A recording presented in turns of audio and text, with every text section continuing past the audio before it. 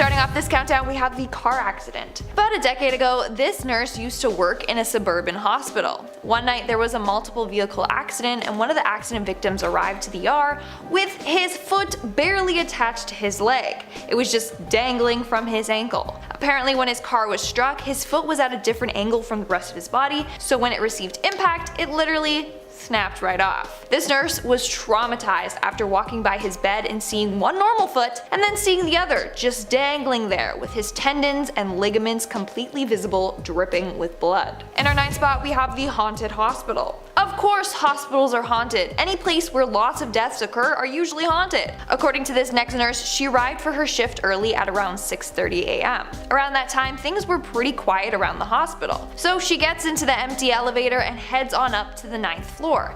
But instead, it skips her floor and ends up going to the 11th floor. The doors open, no one was there, so she closed the doors and clicked the 9th floor button again. When she arrives, she gets off and sees an old woman standing directly behind her in the elevator. I would have had a heart attack. Clearly, this ghostly woman got on at the 11th floor and was hitching a ride down with the nurse. That's terrifying. That's certainly one way to get your heart pumping in the morning. In our 8th spot, we have nearly headless. This next nurse witnessed something that would scar anyone for life. A woman was rushed into the ER after attempting to take her own life. She had slit her wrists and her throat. In fact, she had cut almost her entire hand off, and her head was being held on by the skin at the back of her neck and some muscle. Somehow, she managed to survive the trip to the hospital, but sadly, she didn't make it through surgery. On top of it all, the nurse was in charge of holding the woman's head in place while the doctors treated her. And after her passing, the doctor had the nurse look down the woman's neck with the head held back as a little anatomy lesson, which is incredibly messed up. Someone died and he's like, hey, now's a great time to study the human body, come on, take a look.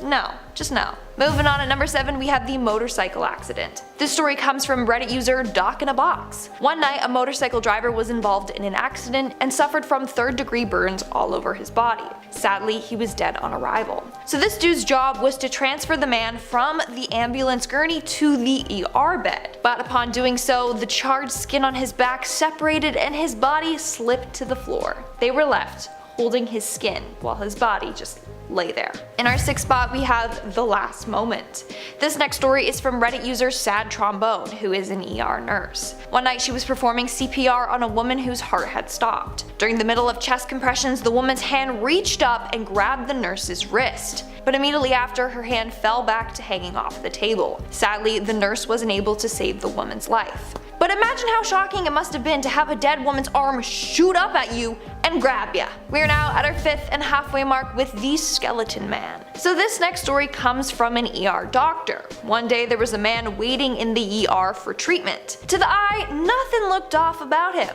That was until he removed the hat that he was wearing. Upon doing so, a chunk of skin about the size of a large male hand just flapped off of his skull. Apparently, the dude managed to scalp himself. But here's the thing. This happened 3 days ago, and he was only now getting treatment. Turns out he was duct taping it down so that it would stay on, or he was wearing that hat so it would stay in place. Eventually, when the hat trick wasn't working as well, his wife convinced him to come into the hospital. I can't. Like, isn't that painful? How do you wait 3 days before treatment? No.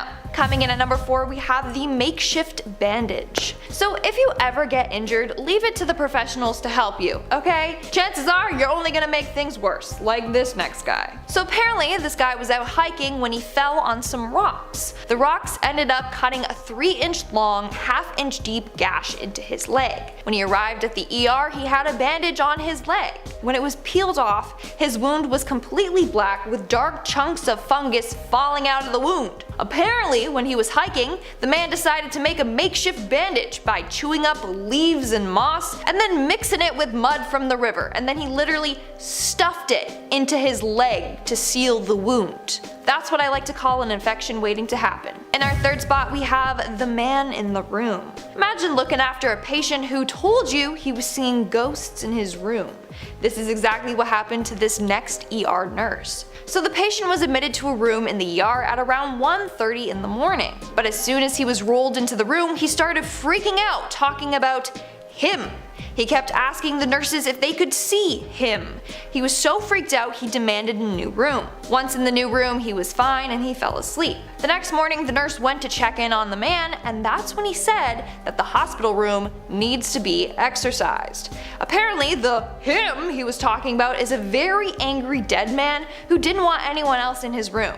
I would refuse to ever go in that room if I was her. On top of that, the nurse claims that weird things would always happen in that room, like it was always cold no matter what, and the lights would always flicker on and off by themselves. Of course, she never thought much of it until this man came in and told her it was indeed haunted. In our second spot, we have the puncture wound. This next guy was admitted into the ER after a full-on fence entered his torso just below his ribs and exited his body above his opposite shoulder.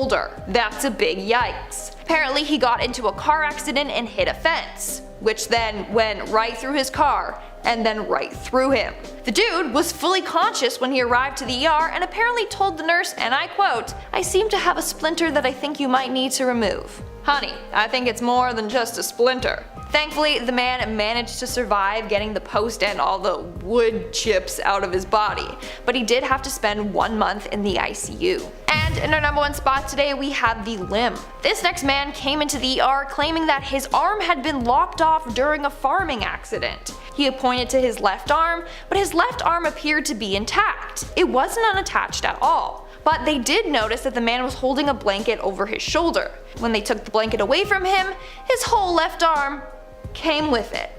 I would have fainted. That's a big no from me. Starting off this countdown, we have The Price is Right. Earlier this year, several doctors in Michigan were being investigated after doctors were posting photos of their patients' organs on social media. The doctors were then playing a Price is Right game, being like, how much does this organ weigh? Take a guess. Very unprofessional. Plus, one of the posts showed a patient right in the background. Other photos sparked a competition with the caption, "The longest one wins." Apparently, this is what a number of doctors were playing with each other. They were caught, obviously, and the photos were removed. But that still is very unethical. Not only does it make doctors seem unprofessional, but it's also traumatizing for the patients who had their organs photoshopped and manhandled. Moving on to number 9, we have the victim. Back in 2010, a 60-year-old stabbing victim was rushed into St. Mary Medical Center in LA. Sadly, they passed away after the doctors were too busy taking photos of the man and posting them on Facebook instead of actually treating him. He passed shortly after the photos were taken. Not only is this a breach of patient privacy, but it cost the patient his life. That time spent taking the photo potentially could have saved him. What's worse is that the photos were shared all over Facebook and over texts. So a man lost his life and they didn't think sharing images of him right before his death was wrong? How sick. In our 8th spot, we have the skull saw. Take a look at this scary, monstrous device. Aren't you glad it's from the 1800s and not now? This is a picture of the skull saw. It was used from the 1830s to 1860s during brain surgery. The doctors would crank this saw to cut through the skull. Thank gosh, times have changed. But still, I can't help but to cringe at the thought of that. Imagine a doctor pulling out that big device and bringing it close to your face. No thank ya. That's bound to make anyone scared of doctors. Coming in at number 7, we have the corneal transplant. Now, I'm not even sure if I'm allowed to show this photo on YouTube, so I'm just gonna describe it in great detail, just in case. We might have to censor it. Anyways, the photo I'm referring to is one of a corneal transplant. It features the patient's eye stretched wide open after the surgery. So you could see the damn stitches in the person's eye. Now, I don't know about you, but anything to do with eyes gross me out. Like in horror movies like Saw, when people have to do stuff to their eyes, it makes me squirm and cringe. So seeing this and knowing that there's stitches in that sensitive area, gives me the creeps. Now this photo is obviously meant for medical personnel. Obviously, random people like us seeing it turns us off and might prevent someone from getting this important surgery. Coming in at number 6, we have the smoke enema. Thank gosh doctors don't practice this anymore. So basically, a smoke enema was given to drowning victims because it was thought to help resuscitate them. or warm them up if they were in icy waters. So they'd insert it into their bum and force smoke up there. This was practiced during the mid-1700s until the early 1800s. It took them that long to figure it out that it wasn't really working.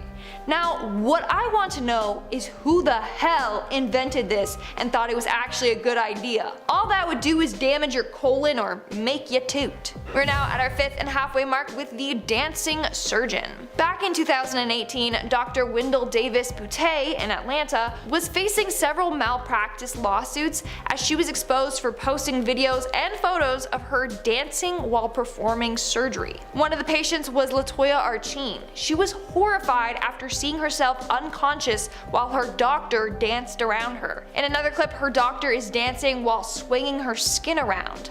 After the surgery, she realized that her flesh wasn't even cut in a straight line. She blames this on the dancing. Not only that, but her whole procedure was botched. Another patient of Boutte was left with brain damage after a tummy tuck gone wrong. In the end, more than 20 videos were found on YouTube. Boutte had to pay $190,000 in malpractice fees, and 38 patients are entitled to refunds from their botched surgeries, and she got a 2.5-year suspension. Moving on to number 4, we have the disturbing photos of patients. So it seems as if doctors love taking and sharing photos of their patients. It happened to a 23-year-old model who was taken to a hospital in Chicago after binging on alcohol. While in the ER, a doctor took photos of her looking very anxious and disheveled, and then posted them on Facebook and Instagram. Another example would be a doctor who took a picture of an attractive patient in the ER and posted her image on Facebook. He captioned the photo, "I like what I like. That's disgusting." In another case, 2 nurses shared an x-ray of a patient that got a sexual toy stuck up his bum. A total violation of patient privacy. In our 3rd spot, we have the storage of bodies. This is a very depressing photo taken at a Detroit hospital earlier this year. This hospital was so overwhelmed and overcome by death that they were running out of room to store the deceased's bodies. This photo shows the bodies in body bags piled up in random rooms at the hospital. It's very sad how many millions of lives were lost because of this pandemic. This photo serves as a scary reminder. My heart goes out to any families who lost anyone. Moving on to number 2, we have the big leak. Back in February of this year, hundreds of thousands of personal patient records were leaked online and were accessible for anyone to view. This included videos of patients, photos, body scans, x-rays, and pages of personal information. This happened due to the fact that the information was being stored on an unprotected server. 900,000 patient records were accessible online. Obviously, the hospital was in a panic trying to correct their mistake. That information should have not been out there for just anyone to see. In fact, it could have allowed hackers to create a comprehensive profile of their victims. These patients could have become victims of identity theft or fraud, you name it. And in our number 1 spot today, we have the unconscious patient. In 2013, a doctor from BC was suspended and fined after taking pictures of an unconscious and nude patient. He then sent this photo to another staff member. The photo was of the patient's catheter site, and not only that, they were making fun of the patient and sent the photo alongside a joke. In the end, the doctor was fined $20,000, but that was to the College of Physicians and Surgeons. I don't even know if the patient was compensated. I hope they were though, that is absolutely traumatizing. They also were only suspended for 6 months. Absolutely sickening. Starting off strong with number 10, bloodletting. How about when they used to use leeches for everything? You know? Got a sore arm? Leeches. Sexually repressed? Leeches. Already bleeding? Leeches. You know? Obviously, in the pursuit of better medicine, we have had to get over some growing pains, but sometimes I find out things on this channel that I really wish I didn't need to know. In the 1800s, the French went through 40 million leeches in a year. But they weren't just applied to our legs and forearms. No. For more delicate places, they would attach the leech to fishing line and then lower it down a person's throat or put it up where the sun don't shine. Yeah. According to a Handbook of Uterine Therapeutics and Diseases of Women, 1868, leeches were applied to their sensitive areas in order to relieve uterine disease, sexual excitement, and exasperation. In fact, the British gentry had their wives leeched every 2 weeks, and sometimes the leech would get lost up there. Don't worry, it would make its way out eventually. But also, doctors still use leeches to this day, but for actual scientific research due to the anticoagulant qualities. So that's kind of cool, but still, for everything, really? Number 9, they don't know everything. This isn't to add skepticism to seeking medical advice when you need it, especially after this year. Doctors have busted their butts and saved lives every single day, but they are human and they can't know everything, and a good doctor will admit that to you. But if you meet one who claims that they do know everything, run for the hills. Their arrogance could cost you your life. Jayan Patel, also known as Dr. Death, was one such doctor and surgeon who worked in Australia and the USA. Due to his incompetence and lack of knowledge, Patel is suspected of being responsible for over 87 deaths. He would often perform surgeries that weren't his responsibility, resulting in serious injuries and death. He once even performed a colonoscopy backwards. He forged operating theater reports, and while working in the US was accused of the crimes he would later be convicted of in Australia. He never asked for a second opinion, knowing full well the surgeries were not necessary. This man was so eager to reach for the knife that he disregarded his patients' welfare again and again. He was finally sentenced to 7 years in prison, though he was released on parole after only 3.5. But the second aspect of this case that has doctors hesitant to bring him up is the fact that the administration let him in with the dodgy credentials he had. Like, he was already accused of these misdemeanors before he was hired in Australia. This man also taints the spirit of healthcare workers, but he serves as a good reminder to always get a second opinion. Number 8, John Hunter. John Hunter was one of the most progressive surgeons in the UK during the course of the 18th century. He was hands-on and dissected thousands of cadavers in his attempt to understand human anatomy. Due to his studies, groundbreaking and at times shocking surgical practices were introduced to the field, saving many lives. He was even made surgeon to the king, and after his death, his specimens became part of a museum. But there are some things people don't like to mention about this guy, which include the amount of grave robbing he did. Ever heard of Jekyll and Hyde? Well, this man was the inspiration for him. Hunter often paid resurrectionists, like a fancy name for grave robbers, to dig up and bring corpses to the back of his apartment. But he even tried to take things while people were still alive, such as the case of Joseph Haydn, and I quote, "A few days prior to my departure, Mr. Hunter asked me to visit him due to some urgent circumstances. I went there. After the opening compliments, some robust fellows entered the room, seized me, and tried to force me on a chair. I yelled, punched, and trampled with my feet until I managed to free myself. Mr. Hunter was already on standby with his surgical tools." Unquote. Anything for the cause, eh, Mr. Hunter? Number 7, Midnight Climax. This CIA project involved doctors, scientists, but not a whole lot of ethics, which definitely goes against the Hippocratic Oath. Mind control would be a terrifying thing to have over somebody else, but super useful for all things intelligence related, which is exactly why during the 1950s, the CIA started the Midnight Climax project. It was a mind control research project whose aim was to investigate the effects of psychedelics like LSD. Could they be used for mind control? The thing is, their subjects didn't consent to being their puppets. In San Francisco and New York City, the CIA paid prostitutes to lure patients to warehouses where they would secretly dose them with LSD. They would then monitor them through a one-way glass to see if they got whatever the results they were looking for were. I guess they didn't, because by 1965 the safe houses were shut down when the project was discovered. Essentially, the mind control investigation turned into a research project into extensive sexual blackmail, surveillance tech, and how mind-altering drugs were used on field operatives. Number 6, counter irritation. This one, man. This one's so stupid. Look, I get, like, I know I'm a 21st century woman looking back and judging the past, and I'm not a doctor. But who was the person who had the gall to make up a treatment, because they definitely made it up and convinced themselves and several doctors that it worked. Is that the kind of confidence we all need? Like, just do it? Like, I don't know. Counter irritation was a treatment that literally makes no sense at all and didn't do anything good, but people believed it worked. It was a remedy that required irritation of the skin to counter a deeper issue. Using a scalpel, they would make a gash and just stick like dried peas and beans in it to promote infection. Then they would reopen it every day so it wouldn't heal. They would also use a caustic solution or hot iron to cause blisters that could only be like a centimeter wide. Some doctors, like the senior surgeon at Britain's Bridgewater Hospital, kept the wound open for 2 years. I have no words. It's definitely one of those things that doctors just leave at the back of their closet so they can forget it ever existed, like we ever did that. Who had the audacity to make this stuff up? Number 5, Shiro Ishii. No one likes to call this man a doctor, but alas, during World War II, that's kind of what he was. But there is one shocking detail that the government doesn't want to talk about.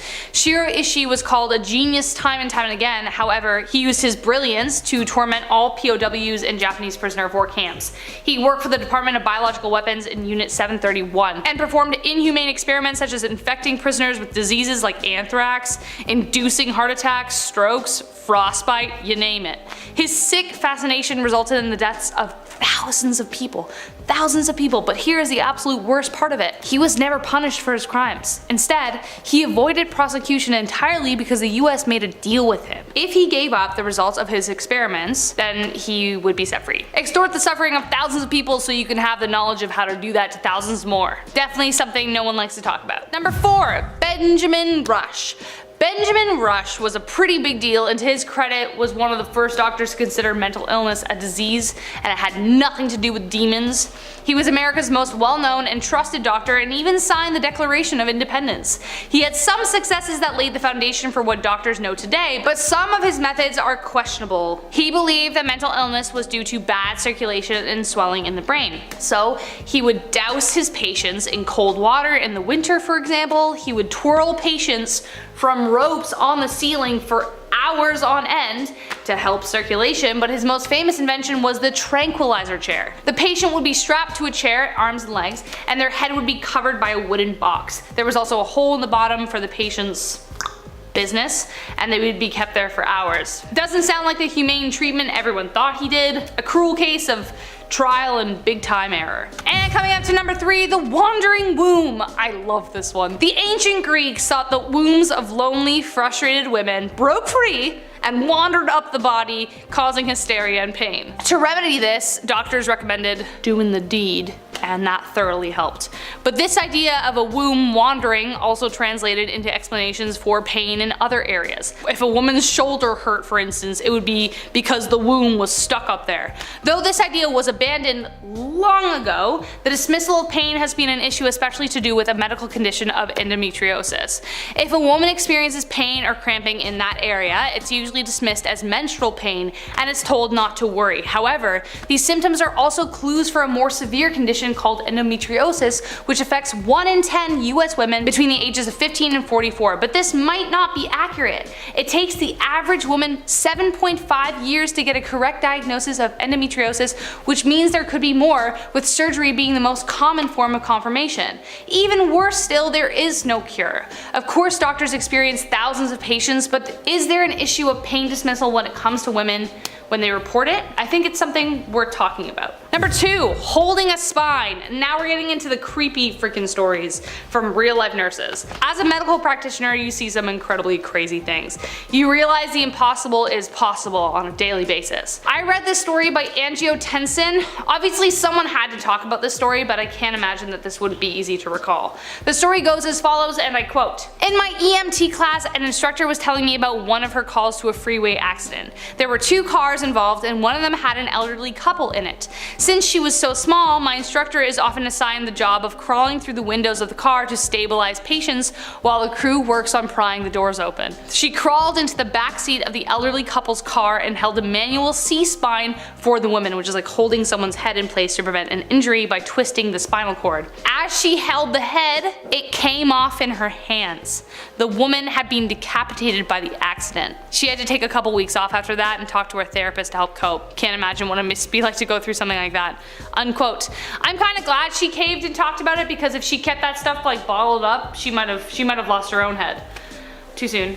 That was too soon. Number 1, dangerous confessions. Oftentimes, doctors and nurses hear the confessions of dying patients, and under their code of ethics, if a patient doesn't give their consent, whatever they say can't be shared, even after they die. If it was, it would be a breach in confidentiality. But what if they confess to something big, like killing several people as a young man, as one elderly patient did?